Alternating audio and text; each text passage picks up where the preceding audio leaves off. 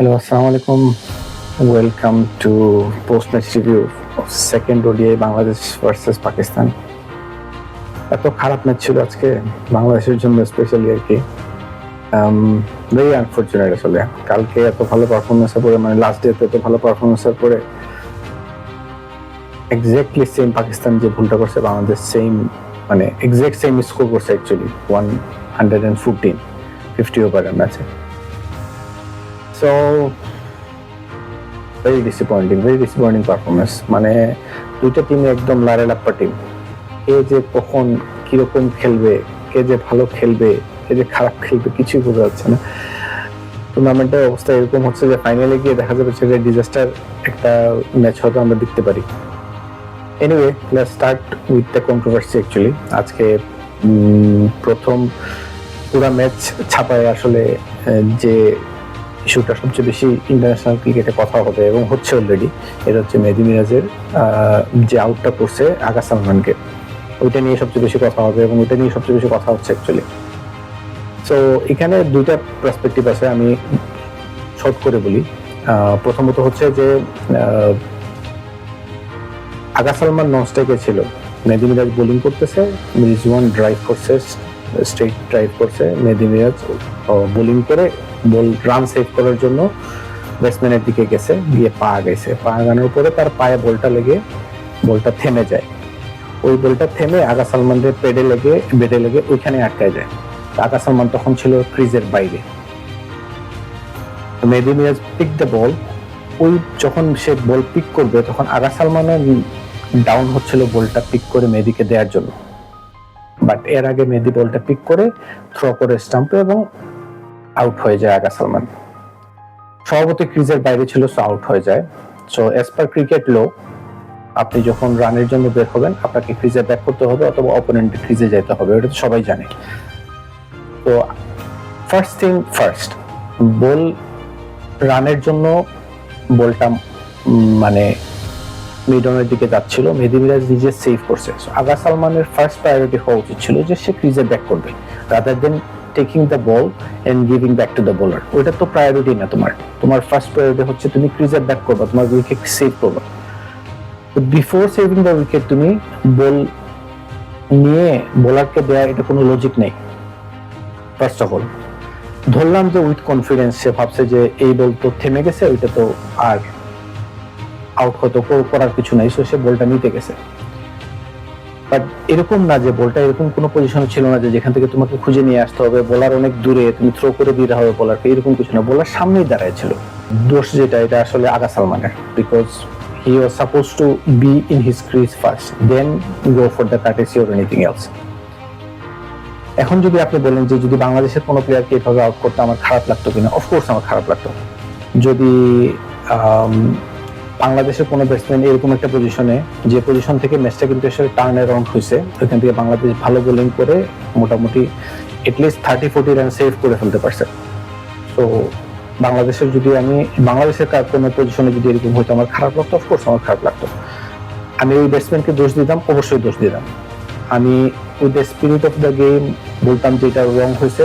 হ্যাঁ, with the spirit of the game এটা রং ছিল, মেহেদী মিরাজের হয়তো করা উচিত হয় নাই, বা যদি করেও ফেলছে ও হয়তো কল ব্যাক করতে পারতো, ওই চান্সটা তার ছিল। But he took a decision, সে ক্যাপ্টেন, সে ম্যাচের চিন্তা করছে এখান থেকে হয়তো এই উইকেটটা নিলে আমি ম্যাচকে বাঁচায় ফেলতে পারবো। I am not agreeing with it. আমি বলতেছি যে with the spirit of the match or fair play হিসাব করলে ওইখান থেকে অন দ্য মোমেন্ট সে করে ফেলছে, পরে সে ব্যাক করে নিয়ে আসতে পারতো আগা সালমানকে। That could have been a better decision. But as per law এবং অ্যাজ পার দ্য সিচুয়েশন, এখানে আগা সালমানেও নিজের উইকেটটা সেভ করার জন্য এফোর্ট আগে দেওয়া হচ্ছিল, পরে কার্টেসি দেখানো হচ্ছিল। I am also acknowledging that. তো আমার মনে হচ্ছে যে ওইটা ওইখানেই রেখে দেওয়া উচিত, যে আসলে একটা ডিসিশন হয়েছে যে টাইম আউটের মতো, যেরকম সাকিব আল হাসান টাইম আউট নিয়েছিল, তো ওরকম একটা ডিসিশন ক্যাপ্টেন নিছে এবং আই অ্যাপ্রিশিয়েট যে সেইভাবে সে ম্যাচ জেতার জন্য নিছে। তো এখানে আসলে আমি কোনো রং জিনিস দেখতেছি না। বাট হ্যাঁ, with the spirit of the game call back করা উচিত ছিল আগা সালমানকে। এনিওয়ে, ওইটা শেষ চ্যাপ্টার। এখন আমরা ম্যাচে আসি।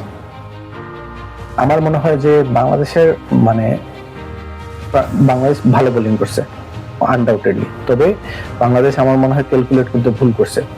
কারণ গত ম্যাচে প্রথম থেকেই কিন্তু বাংলাদেশ দেখছে যে রিপকে যে বা শট বলে পাকিস্তানি নিউ ব্যাটসম্যান গুলো অনেক স্ট্রাগল করতেছে। ইনফ্যাক্ট যারা মানে তাদের মিডল অর্ডারে যারা আগা সালমান বলে, রিজওয়ান বলে, তারাও কিন্তু একটা স্ট্রাগল করতেছিল কুইক শর্ট বলগুলোতে, এবং বডি লাইনের বলগুলোতে কিন্তু ডিফিকাল্টিস হচ্ছিল তাদের। তারপরেও আজকে আমরা কিন্তু স্টার্ট করিনি এইভাবে, আমরা শর্ট বল দিয়ে স্টার্ট করিনি। আমার মনে হয় পিচ অনেক গ্রিন ছিল দেখে হয়তো এরকম প্রেডিকশন ছিল যে প্রচুর সুইং আসবে, সো প্রথম অবস্থায় তারা অনেক সামনে বল করছে।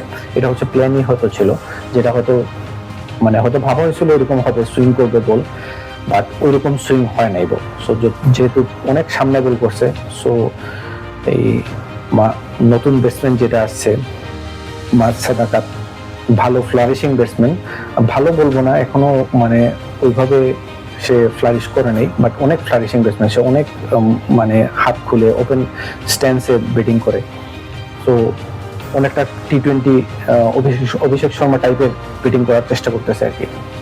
তো যে কারণে ফুল বলগুলা তাদের জন্য কিন্তু অনেকটা ড্রিম বল। তারা চায় যেন ফুটবলার ফুল বল করে, কুইক বল করে, ফুল বল করে, সব পাস পেট করে সে ঘুরাইতে পারবে। যেখানে বাংলাদেশের ক্যালকুলেশন ভুল হয়েছে আমার ধারণা, আমার মনে হচ্ছে আর কি, যে বাংলাদেশ ভাবছিল যে এখান থেকে সুইং আসবে বলে, বাট ওইরকম সুইং কিন্তু আসে নাই। রাদার দেন শর্ট বল তারা অনেক ফুল বল করছে প্রথম অবস্থায়, এবং মোমেন্টাম ওইখান থেকে অনেক চলে গেছে। সেকেন্ডলি বাংলাদেশ কামব্যাক করছে ব্রিলিয়েন্টলি। মানে প্রথমে মিডল ওভারে যখন 105-6 হয়ে গেছে উইদাউট এ উইকেট, ওইখান থেকে ব্যাক টু ব্যাক 3 উইকেট যায় পাকিস্তানের। বাংলাদেশ কিছুটা ব্যাক করে আসে ম্যাচে, তারপরে আবার আগা সালমান রেজওয়ান খুব ভালো দুইটা ইনিংস খেলে তারা। ওইখান থেকে মনে হচ্ছিল যে 300+ ইজিলি হবে, 320, ইনফ্যাক্ট 330 হয়ে যেতে পারে লাস্টের দিকে। তাদের ব্যাটসম্যান আছে ভালো, মানে অনেকগুলা ব্যাটিং অর্ডার, তাদের ডিপ ব্যাটিং লাইনে। ওইখান থেকে কিন্তু বাংলাদেশ ওই আগা সালমানের উইকেটের পর থেকে কামব্যাক করে, এবং কামব্যাক করে ব্রিলিয়েন্টলি। 175 এই উইকেটে কিছুই না। আমি লাস্টে রিভিউয়ে বলছিলাম যে এই উইকেটে অনেক রান হবে, যতই পাকিস্তান প্রথম দিন ভালো ব্যাটিং করতে পারে নাই, যে কারণে তারা উইকেট দিয়ে গেছে, বাট এই উইকেটে কিন্তু 300 এবং 300+ রান হবে। ভেরি স্পোর্টিং উইকেট, ভেরি কি বলে এটা, মানে হাই স্কোরিং ম্যাচ হবে এখানে। বাংলাদেশ সেকেন্ড ইনিংসে ব্যাট করতে আসছে, বাংলাদেশের ইন্টেন্ট ভালো ছিল না। বাংলাদেশ যখন জানে ওভারকাস্ট কন্ডিশন, এখানে বৃষ্টি হওয়ার সম্ভাবনা আছে, বাংলাদেশ হয়তো প্ল্যান ছিল যে রান রেট একটু আগায় রাখবে, যদি ডাকওয়ার্থ লুইসে আসে অথবা কাটেল ওভারে আসে তাইলে বাংলাদেশের জন্য অ্যাডভান্টেজ হবে। ওটা করতে যায় ব্যাক টু ব্যাক 3টা উইকেট চলে যায়, এবং ওইখান থেকেই বাংলাদেশ পুরোপুরি ব্যাকফুটে চলে যায়। এবং বৃষ্টির কারণে যেহেতু 3 উইকেট গেছে, বাংলাদেশ ওই রান রেটে রানও করতে পারে নাই। 6 ওভারে ধরেন অ্যারাউন্ড 27 রান করছে। সো ডাকওয়ার্থ লুইসেও দেখা গেছে যে অনেক পিছিয়ে গেছে, মানে বাংলাদেশের রান অনেক বেশি দরকার, তখনও কম বলে, যেটা ঠিক অপোজিট হইতে পারতো যদি বাংলাদেশ উইকেট ধরে খেলতো এবং রান রেটটা মেনটেন করতে পারতো। হয়তো প্ল্যান এরকমই ছিল, কাজ হয় নাই। ওভারঅল মিডল অর্ডার খুবই বাজে ব্যাটিং করছে। আমি তো হৃদয় ভেরি মাচ ডিসঅ্যাপয়েন্ট করছে আমাকে। আফিফ এত ভালো একটা অপরচুনিটি পাইছে আজকে, অনেকগুলো বল ছিল, অনেক লম্বা সময় খেলার সুযোগ ছিল, বাট মেহেদী মিরাজও ডিসঅ্যাপয়েন্টেড, ভেরি ডিসঅ্যাপয়েন্টিং শট। এটা কোনো শট করার মতো পজিশনে ছিল না, তোমার পেছনে আর কোনো ব্যাটসম্যানই নেই, তুমি এসে একদম 6 ওই পজিশন থেকে তুমি, it was not the right time to start hitting the ball. মানে ওইখান থেকে 6-4 মেরে তুমি খেলা পার করতে পারবে না, খেলাকে আরো ডিপ নেওয়া উচিত ছিল। আর লিটন দাস প্লেড ব্রিলিয়েন্টলি, হয়তো থাকলে জানি না রেজাল্ট ডিফারেন্ট হইতো কিনা, বাট অনেক ক্লোজ হয়ে যেতাম। মানে অনেক সময় ম্যাচটা অনেক লম্বা সময় পর্যন্ত হয়তো আমাদের হাতে থাকতো। তো ওই হৃদয় ডিসঅ্যাপয়েন্ট করছে, বিকজ সে প্রেশার দিয়ে দিছে লিটনের উপরে। হি ওয়াজ প্লেইং সিঙ্গেলস, এন্ড ওই সময় আসলে একটা দুইটা 4 দুই পাশ থেকে মারার দরকার ছিল, সে মারতে পারতেছে না দেখে লিটনের উপরে প্রেশারটা আসে, এবং সে ওভারহিট করতে যায়, আউট হয়ে যায়। Overall Bangladesh left arm spin খেলতে পারে নাই, ব্যাক টু ব্যাক 3টে উইকেট দিয়ে গেছে, এটাও ডিসঅ্যাপয়েন্টিং। বাংলাদেশ সারা বছর লেফট আর্ম স্পিনার খেলে। আরেকটা জিনিস হচ্ছে কি, যে দেখেন যে কোনো চেজেই আপনি টপ অর্ডার রান না করলে আপনাকে জিততে পারবে না। বাংলাদেশের টপ অর্ডার ভুলনারেবল অনেক আগে থেকে, আজকে থেকে না। বাট এরকম যদি প্রতি ম্যাচে এরকম হয় যে টপ অর্ডার, দেখেন গতদিন আমরা ইজিলি চেস করতে পারছি বিকজ টপ অর্ডার রান করছে। সো টপ অর্ডারকে দায়িত্ব নিতে হবে। সাইফ অনেক শিখি খেলতেছে, আমি বুঝতেছি না সাইফকে হয়তো পেছনে নামানো উচিত। আমার মনে হচ্ছে লিটন তার চেয়ে ওপেন করা ভালো, যদিও মিডল অর্ডার কিছুটা এক্সপোজ হয়ে যায় লিটন না থাকলে, বাট আমার মনে হয় সাইফকে এর চেয়ে ভালো হবে সেকেন্ড, ফোর্থ অথবা ফিফথ পজিশনে খেলানো, বিকজ লিটন অনেক টাইমিং ভালো হচ্ছে তার, এবং সে পাওয়ার প্লেকে কাজে লাগাইতে পারবে।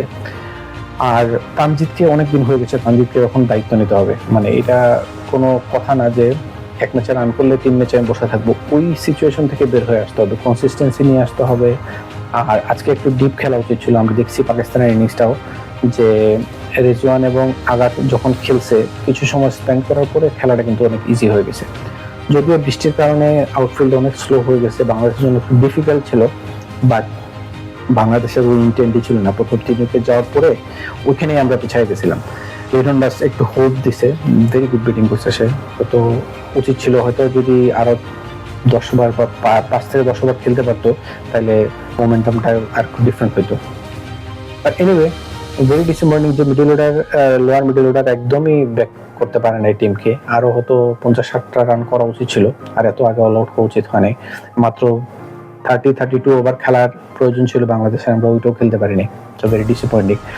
লেটস হোপ যে নেক্সট ফাইনাল ম্যাচে ভালো করবে বাংলাদেশ, এবং চেস করা লাগলেও কিন্তু বড় রান চেস করতে হবে। আর যদি প্রথমে ব্যাটিং করে অফকোর্স আপনাকে 300+ রান করতে হবে, because this wicket is not so bad, batting এর জন্য খুবই ভালো উইকেট। এবং ও একটা পার্ট টাইমারের কাছে এতগুলো উইকেট দেয়া, এটা ভেরি ডিসঅ্যাপয়েন্টিং। যদি আবরার থাকতো আর আবরারকে উইকেট দিয়ে আসতো, তাও আমি ধরে নিতাম যে একটা রেগুলার স্পিনার আছে। একটা পার্ট টাইমার ইয়াং ছেলেকে এত হামরি কোনো বোলিংও করে নেই, আমরা উইকেট গিফট করে গেছি।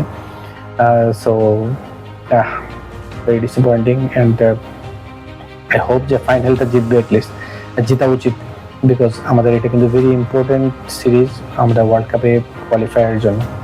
সো লেটস হোপ যে ফাইনাল জিতবে, অ্যান্ড আরো বেটার পারফরমেন্স আসবে। আমার মনে হয় সৌম্য সরকারকে নেক্সট ম্যাচে খেলাইতে পারে ওপেনিংয়ে। আর আই ডোন্ট নো, আমার কাছে মনে হয় তাসকিনকে বসায় শরীফুলকে খেলাবে, আমার মনে হচ্ছে। লেটস সি কি হয়, তবে আরো ভালো ব্যাটিং করতে হবে।